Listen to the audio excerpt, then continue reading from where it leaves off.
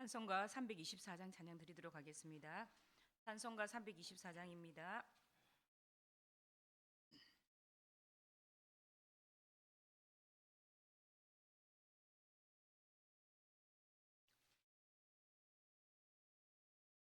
예수 나를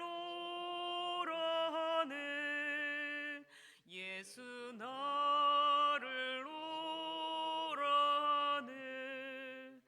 어디든지 주를 따라 주와 같이 가려네. 주의 인도하심 따라 주의 인도하심 따라 어디든지 주를 따라 주와 같이 가려네. 게셋마네 동산까지 주와 함께 가려 하네. 주기는 할림 동산까지 주와 함께 가려네. 주의 인도하심 따라 주의 인도하심 따라 어디든지 주를 따라 주와 같이 가려네. 심판하실 자리까지 주와 함께 가려 하네. 심판하실 자리까지 주와 함께 가려네. 주의 인도하심 따라 주의 인도하심 따라 어디든지 주를 따라 주와 같이 가려네. 주가 크신 은혜 내려 나를 항상 돌보시고 크신 영광 보여주며 나와 함께 가시네. 주의 인도하심 따라 주의 인도하심 따라 어디든지 주를 따라 주와 같이 가려네. 아멘. 신앙 고백 드리겠습니다. 나는 전능하신 아버지 하나님 천지 창조주를 믿습니다. 나는 그의 유일하신 아들 우리 주 예수 그리스도를 믿습니다. 그는 성령으로 잉태되어 동정녀 마리아에게서 나시고 본디오 빌라도에게 고난을 받아 십자가에 못 박혀 죽으시고 장사된 지 사흘 만에 죽은 자 가운데에서 다시 살아나셨으며 하늘에 오르시어 전능하신 아버지 하나님 우편에 앉아 계시다가 거기로부터 살아있는 자와 죽은 자를 심판하러 오십니다. 나는 성령을 믿으며 거룩한 공교회와 성도의 교제와 죄를 용서받는 것과 몸의 부활과 영생을 믿습니다. 아멘. 오늘 하나님의 말씀은 누가복음 5장 1절에서 11절 말씀입니다. 누가복음 5장 11절 말씀입니다. 1절에서 11절 말씀입니다. 한 절씩 교독하도록 하겠습니다. 무리가 몰려와서 하나님의 말씀을 들을새 예수는 게네사렛 호숫가에 서서 호숫가에 배 두 척이 있는 것을 보시니 어부들은 배에서 나와서 그물을 씻는지라. 예수께서 한 배에 오르시니 그 배는 시몬의 배라. 육지에서 조금 떼기를 청하시고 앉으사 배에서 무리를 가르치시더니 말씀을 마치시고 시몬에게 이르시되 깊은 데로 가서 그물을 내려 고기를 잡으라. 시몬이 대답하여 이르되 선생님, 우리들이 밤이 새도록 수고하였으되 잡은 것이 없지만은 말씀에 의지하여 내가 그물을 내리리이다 하고 그렇게 하니 고기를 잡은 것이 심히 많아 그물이 찢어지는지라. 이에 다른 배에 있는 동무들에게 손짓하여 와서 도와달라 하니 그들이 와서 두 배의 채움에 잠기게 되었더라. 시몬 베드로가 이를 보고 예수의 무릎 아래에 엎드려 이르되 주여 나를 떠나소서 나는 죄인이로소이다 하니 이는 자기 및 자기와 함께 있는 모든 사람이 고기 잡힌 것으로 말미암아 놀라고 세베대의 아들로서 시몬의 동업자인 야고보와 요한도 놀랐음이라. 예수께서 시몬에게 이르시되 무서워하지 말라 이제후로는 네가 사람을 취하리라 하시니 그들이 배들을 육지에 대고 모든 것을 버려두고 예수를 따르니라. 오늘 제목은 선생에서 주님으로라는 제목을 가지고 말씀을 한번 나눠보겠습니다. 오늘 본문은 예수 그리스도께서 이렇게 베드로의 배에 많은 고기를 잡게 하는 이적을 또 베푸시고 또 베드로와 야고보와 요한을 제자로 부르시는 그런 내용입니다. 예수님이 이 베드로와 그의 동력자들 세베대의 야고보와 요한을 처음 부르셨던 것은 아닙니다. 요한복음에 앞서서 베드로를 부르셨던 말씀이 나오는데요. 요한의 기록에 따르면 예수님이 마귀의 시험을 이렇게 이기시고 또 세례 요한에게 세례를 받으시고 이렇게 돌아왔을 때에 예수님이 요한이 주님을 가리켜서 보라 하나님의 어린 양이라고 이렇게 외쳤죠. 또 요한의 제자였던 두 사람이 예수님을 따르기 시작하는데 그중 하나가 시몬 베드로의 형제 안드레였습니다. 안드레는 곧 자기 형제였던 시몬 베드로에게 가서 우리가 메시아를 만났다라고 말하고 베드로를 예수님께로 인도합니다. 그때 예수께서 베드로에게 게바 이렇게 아람어로 바위라는 뜻인데요.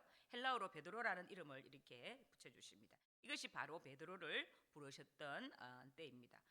또 그 이후로 이렇게 베드로는 전적으로 예수님을 따랐는가 하면 그러지도 않았습니다. 마태복음 4장을 보면 예수님이 베드로를 두 번째로 부르시는 장면이 나오는데요. 예수님은 갈릴리 해변에서 바다에 그물을 던지고 있던 베드로와 안드레를 부르십니다. 내가 너희를 사람을 낚는 어부가 되게 하리라 라고 이렇게 말씀을 하셨습니다.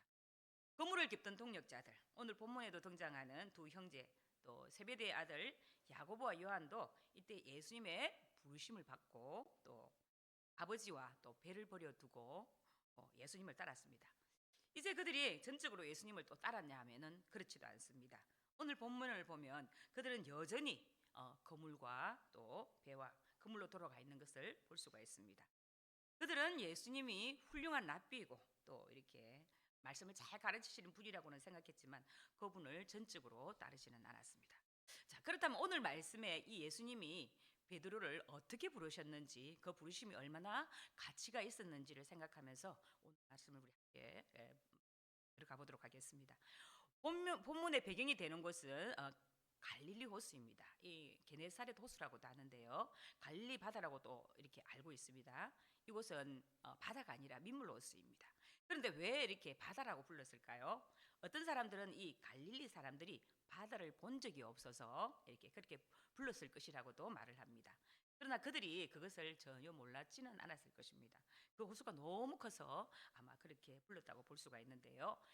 헬몬산으로부터 내려오는 맑은 물과 또 갈릴리 주변의 따뜻한 온천수로 이루어진 이 호수에는 200여 종의 이렇게 다양한 물고기가 이렇게 서식하고 있어서 그 호수 주변에 사는 사람들의 삶의 터전이 되었던 곳이 이 갈릴리 호수였던 것 같습니다. 하루는 베드로가 이렇게 밤새도록 바다에 나가 있었으나 고기를 한 마리도 잡지 못한 날이 있었습니다. 밤새도록 배를 타고 있었으니까 얼마나 허기지고 몸이 피곤했을까요? 자, 한 마리도 잡지 못했으니까 얼마나 또 큰 실망감과 이렇게 허탈함이 마음이 아마 있었을 것입니다. 날이 밝고 피가 난 몸을 이렇게 이끌고 집에 가서 이제 쉬기 위해서 그물을 싣고 있는데 마침 갈릴리를 지나가던 예수님께서 찾아오셨습니다. 예수님은 갈릴리 여러 회당을 두루 다니시며 사람들을 가르치고 지시고 말씀을 선포하셨습니다. 그리고 또 치유하셨습니다. 이때 현장에 있던 사람들과 이 소식을 전해 들은 사람들은 무리를 지어서 예수님을 쫓아왔습니다. 그 사람들이 왜 예수님을 이렇게 쫓아왔을까요? 뭔가 예수님에게서 얻을 것이 있었기 때문이죠. 저분에게 가면 뭔가 좋은 일이 있다. 좋은 말씀을 듣든지 아니면 내가 아픈 데를 치유를 받든지 아니면 기적이 일어나든지 뭔가 좋은 일이 일어나니까 저분에게 가자 이렇게 하면서 이렇게 많은 사람들이 예수님을 쫓아온 것입니다. 그리고 그 당시 유대인들은 엄청나게 메시아를 갈망하는 상황이었습니다. 로마의 압제에서 자신들을 구원해줄 구세주 메시아를 이렇게 기다리고 있었기 때문에 예수님이 나타나니까 아마 막 이렇게 그 메시아가 아닐까 하는 열광을 이렇게 시작한 것입니다. 그래서 많은 먼 거리였고 수많은 사람들도 이렇게 많이 복잡했지만 사람들은 예수님이 가는 곳이면 어디든지 이렇게 따라다닌 것입니다. 무리들이 이렇게 예수님을 더 가까이 보기 위해서 서로 막 밀치고 이렇게 막 예수님을 가까이서 보기 위해서 이렇게 하자 예수님은 베드로의 배에 오르시고 육지에서 조금 더 떼어놓으라고 이렇게 말씀을 하십니다. 베드로와 예수님은 초면이 아니었죠. 이런 일이 아마 그래서 가능했지 않았나 싶습니다. 아무래도 자기의 동생 안드레가 메시아라 주장했던 사람이고 또 자신의 장모의 열병도 고쳐준 분이니까 평범한 인물은 아니라고 생각하고 있었을 것 같습니다. 그러기에 밤새 물고기를 잡고 수고를 한 후임에도 불구하고 베드로는 또다시 예수님의 말씀을 따라서 자신의 배에 태워서 육지에서 조금 뛰어오게 되었던 것이죠. 예수님께서 수많은 무리들에게 전하시는 하나님의 말씀을 이 베드로는 가장 가까운 곳에서 듣게 된 셈입니다. 예수님이 가르치실 때 가장 분명하게 들을 수 있었고 또 가만히 듣다 보니까 예수님의 가르침은 참으로 놀라운 능력과 권세가 있는 말씀임을 확실하게 이렇게 느끼게 되었습니다. 그러면서 이분은 다른 랍비들과 조금 다르다라는 생각을 하게 된 것입니다. 이처럼 예수님의 말씀을 통해서 시몬은 예수님을 신뢰하기 시작한 것입니다. 말씀을 마치신 예수님은 베드로에게 바다 깊은 곳에 가서 배를 옮기고 그곳에서 거물을 내려 고기를 잡으라고 이렇게 말씀을 하십니다. 베드로는 속으로 아마 기가 막혔을 것입니다. 이제 아침이 되었고 해가 중천에 떴는데 이제 그물을 싣고 들어가서 좀 자고 밤에 다시 와서 물고기를 잡아야 되는데 낮에는 물고기가 전혀 잡히지 않는 시간대인데도 밝은 대낮에 깊은 곳에 가서 그물을 내리라고 하니까 얼마나 기가 찼겠습니까? 갈릴리 바다에는 일하는 어부들은 누구나 다 아는 상식입니다. 베드로도 갈릴리 바다에서 잔뼈가 굵은 사람이기에 이 사실을 너무나 잘 알고 있었기 때문에 예수님께서 베드로의 상식과 경험과는 다른 말씀의 명령을 하신 것입니다. 지금 베드로가 느끼는 이 황당함이 그러한 황당함입니다. 밝은 대낮에 깊은 곳에 가서 그물을 내린다. 이것은 갈릴리 어부로서는 말도 안 되는 이야기였죠. 비록 갈릴리 바다의 베테랑 어부인 자신의 노하우를 가지고 밤새도록 고기를 잡아도 한 마리도 못 잡았으니 한평생 이렇게 몫으로 살아온 예수님의 말씀을 따라 이렇게 하기는 힘들었지만 그래도 이 베드로는 이 예수님의 말씀을 한번 달아보기로 결정을 하였습니다. 오늘 본문 말씀 4절 5절 말씀을 함께 읽어보도록 하겠습니다. 시작. 말씀을 마치시고 시몬에게 이르시되 깊은 데로 가서 거물을 내려 고기를 잡으라. 시몬이 대답하여 이르되 선생님 우리들이 밤이 맞도록 수고하였으되 얻은 것이 없지만은 말씀에 의지하여 내가 거물을 내리리이다 하고. 자, 이 고백은 어떤 고백입니까? 말씀에 의지하여 라고 이렇게 하면 우리가 전적으로 말씀에 의지하여라고 고백을 하니까 정말 전적으로 순종한 것 같지만 이것이 어떤 사람은 베드로의 믿음의 고백이라고 이렇게 생각하기도 쉽습니다. 하지만 제가 보기에는 베드로의 확신과 기쁨으로 순종했다고 보기는 좀 어려울 것 같습니다. 베드로는 자신의 상식과 경험을 뛰어넘는 이 예수님의 말씀이지만 어차피 안 될 것이지만 그분의 명령에 순종하는 마음으로 배를 깊은 곳으로 가지고 가서 거물을 내리게 된 것입니다. 그런데 그러자 놀라운 일이 벌어지게 됩니다. 6절과 7절 말씀에 보면 그렇게 하니 고기를 잡은 것이 심히 많아 그물이 찢어지는지라 이에 다른 배에 있는 동무들에게 손짓하여 와서 도와달라 하니 그들이 와서 두 배의 체험에 잠기게 되었더라. 지난 밤새 잡아도 한 마리도 잡지 못했는데 예수님의 말씀대로 하니까 그물에 잡힌 고기가 얼마나 많았던지 배 하나로는 그물을 다 이렇게 올릴 수가 없어서 옆에 있던 동무의 배를 같이 잡아 끌어올리게 됩니다. 베드로는 즉시 배에 타고 계신 예수님 앞에 무릎을 꿇게 됩니다. 주마등처럼 지나가는 장면들이 아마 이 베드로에게 있었을 것입니다. 어떤 장면일까요? 그 동생 안드레가 예수님을 소개하면서 형님, 이분이 바로 우리가 기다리는 메시아입니다 라고 하는 장면, 또 예수님께서 열병으로 식은 땀을 흘리며 누워있는 그 장모를 단숨에 고치신 사건도 떠올리면서 베드로는 그제서야 예수님이 진실로 하나님이 보내신 자, 또 메시아임을 인정할 수밖에 없었던 것입니다. 8절 말씀을 보면 시몬 베드로가 이를 보고 예수의 무릎 아래 엎드려 이르되 주여 나를 떠나소서 나는 죄인이로소이다 하니, 자, 베드로는 그의 인생의 터닝 포인트, 인생의 전환점을 맞이하고 있습니다. 그토록 간절히 기다려온 구원자를 만났기 때문입니다. 처음에는 선생이여 했는데 지금은 주여라고 합니다. 이것을 우리가 알아야겠죠. 이적을 보기 전에는 선생님이었으나 이적을 본 다음에는 주인이 되었습니다. 믿음이 발전한 것이죠. 호칭이 달라졌습니다. 체험적인 신앙을 가진 사람에게는 그리스도가 주인 것입니다. 자, 그러나 체험이 없는 사람에게는 예수님이 훌륭한 선생님에 불과할 것입니다. 여기에 큰 차이가 있습니다. 베드로는 주여라고 이렇게 합니다. 헬라어로 큐리에라고 부르고 나서 나는 죄인이로소이다 라고 이렇게 말을 합니다. 이것이 주님의 제자된 기본 자세입니다. 주의 소명을 받은 사람의 기본적인 자세입니다. 이사야 6장 5절 말씀을 보면 이사야가 소명을 받을 때 나는 입술에 부정한 사람이라고 이렇게 고백을 합니다. 나는 죄인이라는 것입니다. 예레미야 1장 6절에서도 보면 나는 아이라 말을 할 줄 알지 못하이나이다 라는 예레미야의 고백을 볼 수가 있습니다. 하나님의 일을 하는 사람들은 하나같이 나는 죄인입니다 라는 고백과 함께 이렇게 자신의 사역을 시작하게 되죠. 나는 의인입니다, 나는 능력이 있습니다 이렇게 말하지 않습니다. 사명자의 기본 자세는 나는 죄인입니다 라는 회개하는 마음인 것입니다. 예수님은 자신의 죄인됨을 고백하며 무릎을 꿇고 있는 베드로에게 새로운 사명을 주십니다. 10절 말씀 중반부터 한번 보겠습니다. 예수께서 시몬에게 이르시되 무서워하지 말라 이제후로는 내가 사람을 취하리라 하시니 베드로야 이제 너 나와 같이 사람을 낚는 일을 하자라고 이렇게 예수님께서 베드로에게 이야기를 하는 것이죠. 자, 예수님은 사람들을 하나님의 나라 백성으로 초대하는 일에 베드로를 동력자로 이렇게 부르셨습니다. 자, 이 얼마나 큰 영광이겠습니까? 이에 대한 베드로의 반응을 11절 말씀을 통해 한번 보겠습니다. 그들이 베드로를 육지에 대고 모든 것을 버려두고 예수를 따르니라. 어부에게 있어서 배와 그물은 그 삶의 전부입니다. 베드로는 예수님을 따라가기 위해서 모든 것을 버렸습니다. 삶의 전환점을 맞이한 것이죠.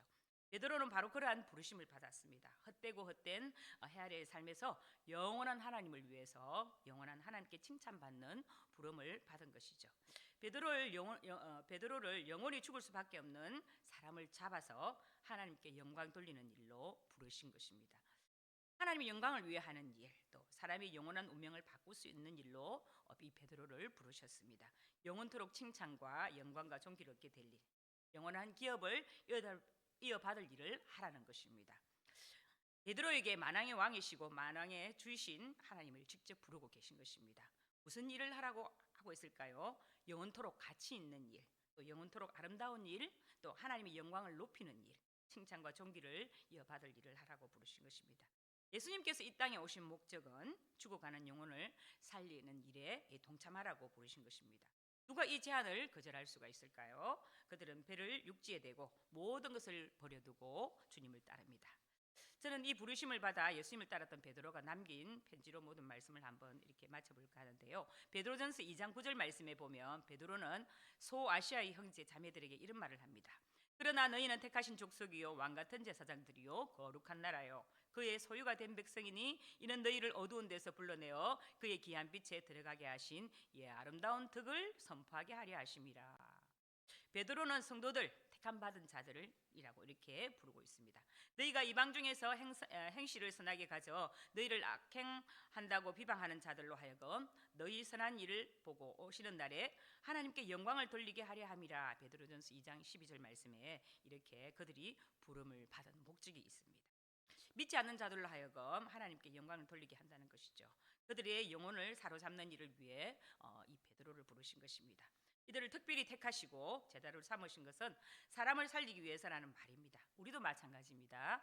우리가 예수 그리스도를 구주로 영접했다면 그와 같은 부르심을 받은 자입니다.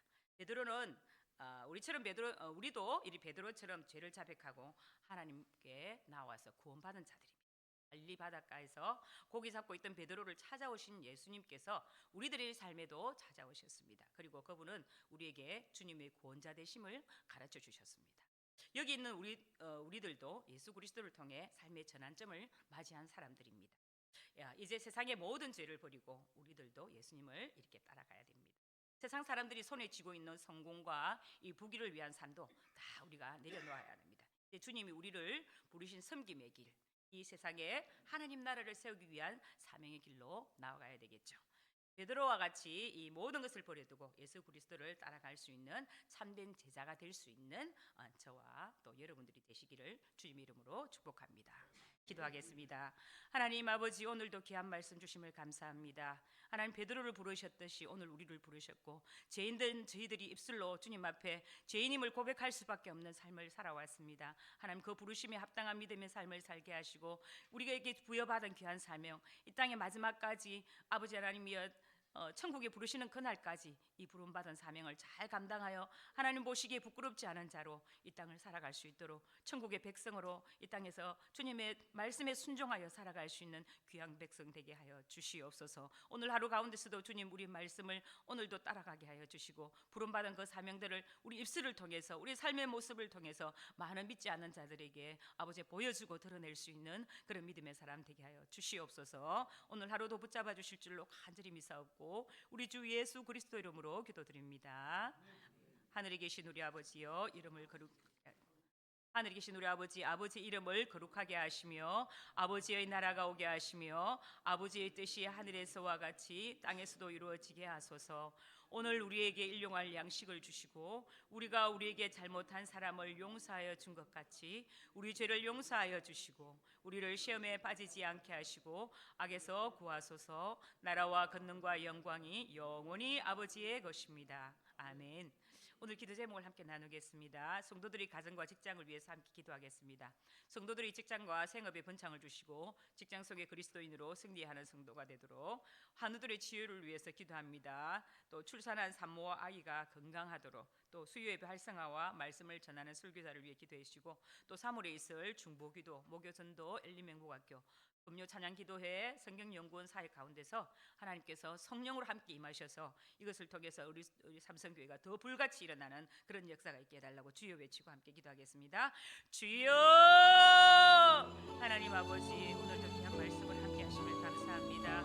오늘 매일의 삶 가운데서 주님